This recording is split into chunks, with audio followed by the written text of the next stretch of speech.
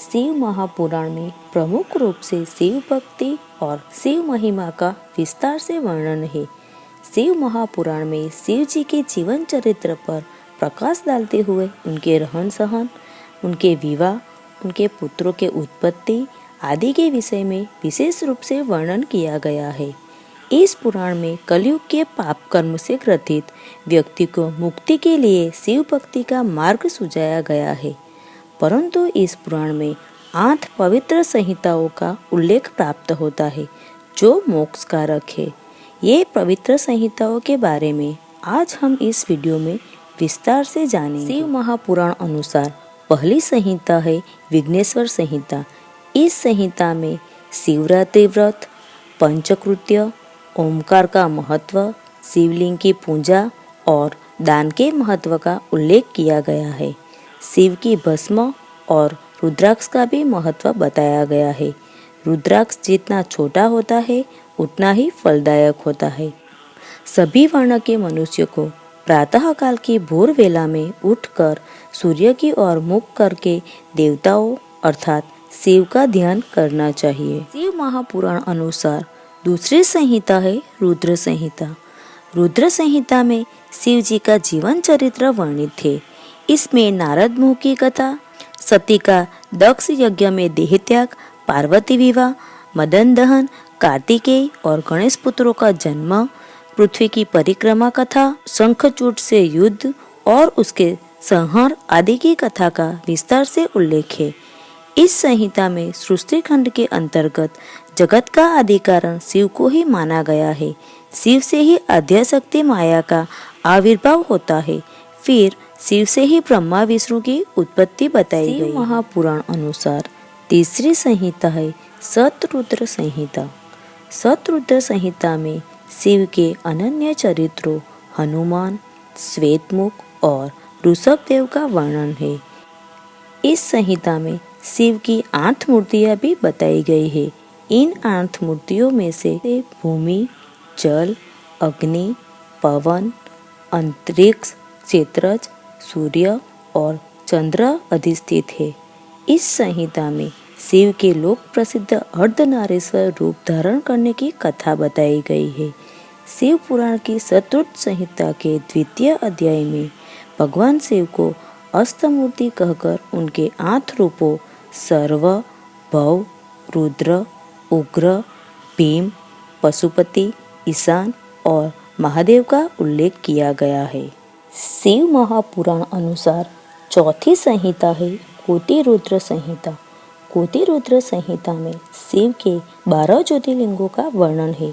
ये ज्योतिर्लिंग सौराष्ट्र में सोमनाथ, श्रीशैलम में मल्लिकार्जुन, उज्जैन में महाकालेश्वर, ओमकारेश्वर में ममलेश्वर, हिमालय में केदारनाथ, डाकिनी में भीमाशंकर, काशी में विश्वनाथ, गौतमी तट पर त्र्यंबकेश्वर, परलिया में वेदनाथ, सेतुबंध में रामेश्वर, दारुकावन में नागेश्वर और शिवालय में तुष्मेश्वर है।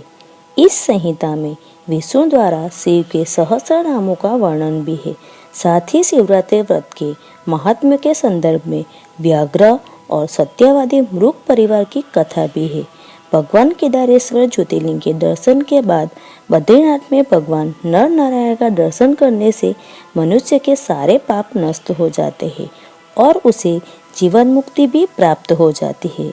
इसी आशय की महिमा को शिव पुराण के कोटि रुद्र संहिता में व्यक्त किया गया। शिव महापुराण की 5वीं संहिता है उमा संहिता। उमा संहिता में भगवान शिव के तप, दान और ज्ञान का महत्व समझाया गया है। यदि निष्काम कर्म से तप किया जाए तो उसकी महिमा स्वयं ही प्रकट हो जाती है। अज्ञान के नाश से ही सिद्धि प्राप्त होती है। शिव पुराण का अध्ययन करने से अज्ञान नष्ट हो जाता है।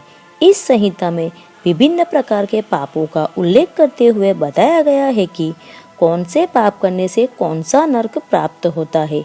पाप हो जाने पर प्रायश्चित के उपाय आदि भी इसमें बताए गए हैं। उमा संहिता में देवी पार्वती के अद्भुत चरित्र तथा उनसे संबंधित लीलाओं का उल्लेख किया गया है। चूंकि पार्वती जो भगवान शिव के आधे भाग से प्रकट हुई और भगवान शिव का आंशिक स्वरूप है, इसीलिए इस संहिता में उमा महिमा का वर्णन कर अप्रत्यक्ष रूप से भगवान शिव के ही अर्धनारीश्वर स्वरूप का महात्म्य प्रस्तुत किया गया है। शिव महापुराण की छठी संहिता है कैलाश संहिता। कैलाश संहिता में ओमकार के महत्व का वर्णन है। इसके अलावा योग का भी विस्तार से उल्लेख किया गया है। इसमें विधि पूर्वक शिव उपासना, नांदी श्राद्ध और ब्रह्म यज्ञ आदि की विवेचना भी की गई है। गायत्री जप का महत्व तथा वेदों के 22 महाकाव्यों के अर्थ भी समझाए गए। शिव महापुराण की 7वीं और 8वीं संहिता है वायु संहिता। इस संहिता के 2 भाग है, पूर्व वायु संहिता और उत्तर वायु संहिता।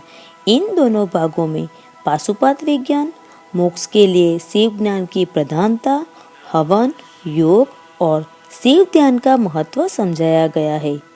शिव ही चराचर जगत के एकमात्र देवता है। शिव को सगुण और निर्गुण रूप का विवेचन करते हुए कहा गया है कि शिव ही एक है जो समस्त प्राणियों पर दया करते हैं।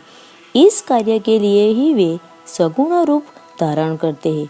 जिस प्रकार अग्नि तत्व और जल तत्वों को किसी रूप विशेष में रखकर लाया जाता है, उसी प्रकार शिव अपना कल्याणकारी स्वरूप साकार मूर्ति के रूप में प्रकट करके पीड़ित व्यक्ति के सम्मुख आते हैं। शिव की महिमा का ज्ञान ही इस दोनों संहिता का प्रमुख विषय है।